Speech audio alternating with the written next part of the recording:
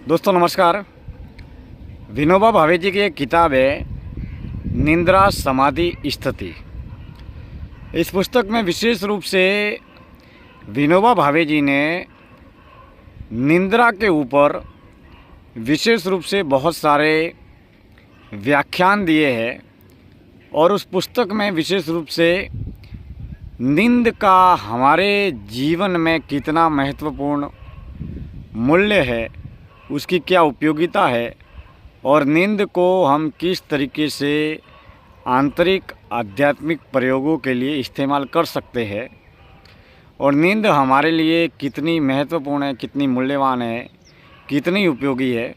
उसका बहुत बेहतरीन तरीके से उल्लेख इस पुस्तक में किया गया है। लेकिन आज हम बातचीत कर रहे हैं कि उसी पुस्तक में एक विशेष रूप से नींद के ऊपर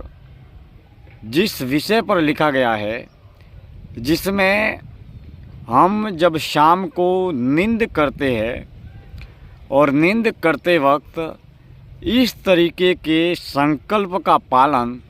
या इस तरीके के योग प्रयोग या इस आदत का पालन अक्सर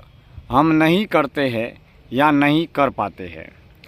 विनोबा भावे जी ने उस पुस्तक में एक महत्वपूर्ण मूल्यवान और महान प्रयोग बताया है। वह प्रयोग बताया है कि हम जब भी नींद करते हैं तो निर्धारित रूप से नींद करने की जो जगह है या नींद करने का जो कमरा है या नींद करने का जो स्थल है या नींद करने का जो जहाँ पर हम नींद लेते हैं वह प्रतिदिन एक ही जगह एक ही स्थल पर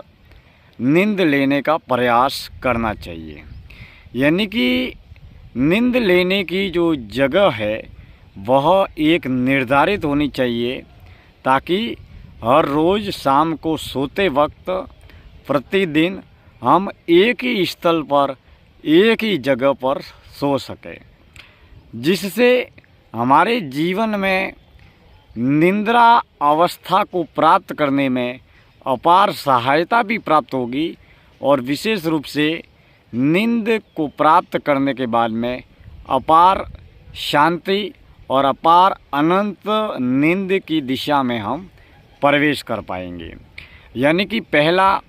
नींद करने की निर्धारित जगह प्रतिदिन तय होनी चाहिए और नींद करने के लिए वही जगह प्रतिदिन नियमित निरंतर ताउम्र जीवन भर